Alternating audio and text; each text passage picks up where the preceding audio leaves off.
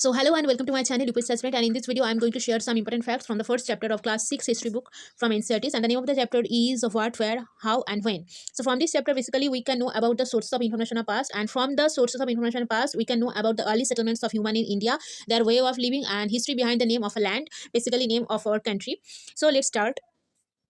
So first, if we talk about the sources of information of past, there are three main categories, and the categories are manuscript, inscription, and archaeological findings. Manuscripts were written by hand. This comes from the Latin word manu, meaning hand. These were usually written on palm leaf or on the specially prepared bark of a tree known as the birch, which grows in the Himalayas. And the second category is inscription. We can also study inscriptions. These are writings on relatively hard surfaces such as stone or metal. Sometimes kings got their orders inscribed so that people could see, read, and obey them.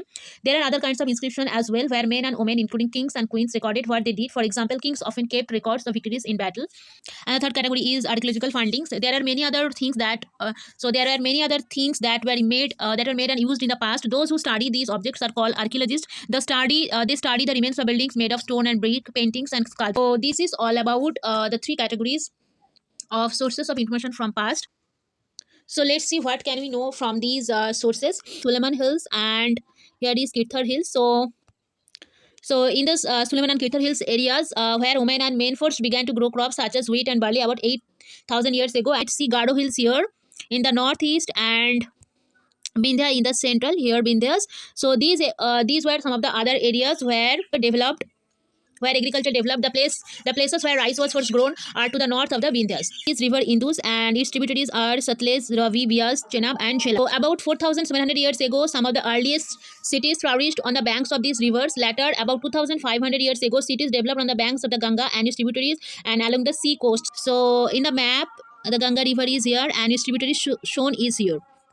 Two of the words we often use for our country are India and Bharat. The word India comes from the Hindus called Sindhi in Sanskrit. Find the Iranians and the Greeks who came through the northwest about 2,500 years ago and were familiar with the Hindus, called it the Hindus or Indus, and the land to the east of the river was called India. The name Bharata was used for a group of people who lived in northwest and who are mentioned in Rig Veda.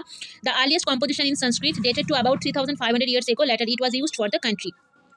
So here we can see what is decipherment. So we have seen that inscriptions are inscribed on hard surfaces. Many of these were inscribed several hundreds of years ago. All inscriptions contain both scripts and languages. Languages which were used as well as scripts have changed over time. So how do scholars understand what was inscribed? This can be done through a process known as decipherment. And here some important dates are shared. The beginning of agriculture 8,000 years ago. The first cities on the Indus 4,700 years ago. Cities in the Ganga Valley. A big kingdom in Magadha 2,500 years ago. So this is all about from the first chapter of class 6 history book and from Ncert, and the name of the chapter is what, where, how and when. So I think it may help to some extent. So thank you.